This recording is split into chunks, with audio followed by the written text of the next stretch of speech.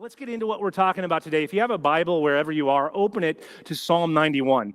Psalm 91 has been on my heart. It's been on my mind for almost 2 weeks. We talked about it a little bit last time we were together, but I want to expand on what we talked about. Psalm 91 actually speaks about God's willingness and his ability to care for us in our times of trouble, in our times of hopelessness.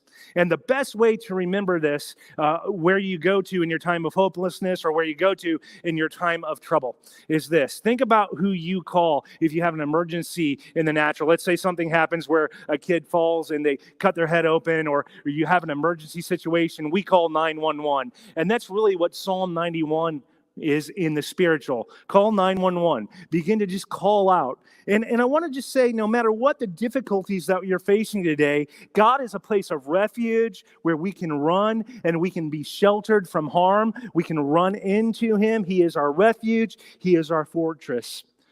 Christopher Reeve said this. He said, once you choose hope, anything's possible. And I tend to agree. And that's really what I want to talk to you about today. I want to talk to you about choosing hope, but intentionally choosing hope. Nelson Mandela said this. He said, may your choices reflect your hope, not your fears. And that's really what we're going to talk about for the rest of our time together, because that's what we're tasked with in times of uncertainty. How do you and I, right now, where we're at in our life, with the people we do life with, how do we reflect hope and not fear? How do we become what you might term carriers of hope wherever we do life? Number one is this. You have to realize something. Realize that you cannot give away what you don't possess. If I don't possess hope, then I can't give anyone else hope. If I don't possess hope, then I can't share it with anyone else. Just like this, if I have $10 or I have $100 in my pocket and I want to share it with somebody, and I say to you, I'm going to give you $100, but I don't have $100, then I can't give it to you.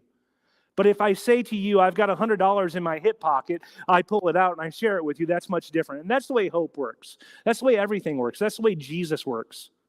I can't give away a relationship with Jesus if I don't have a relationship with Jesus. I can't give away hope in God if I don't have hope in God myself. So the first thing we have to do is realize this. Realize that you cannot give away what you don't possess.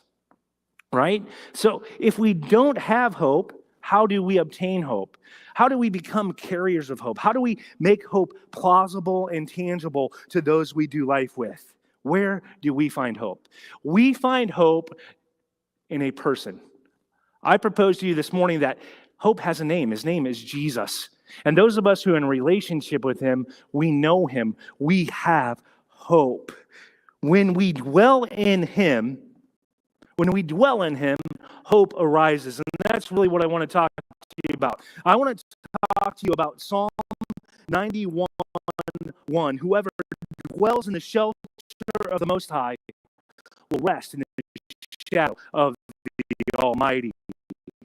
When we dwell in them, something happens. When we dwell in the person of Jesus Christ, he gives us rest.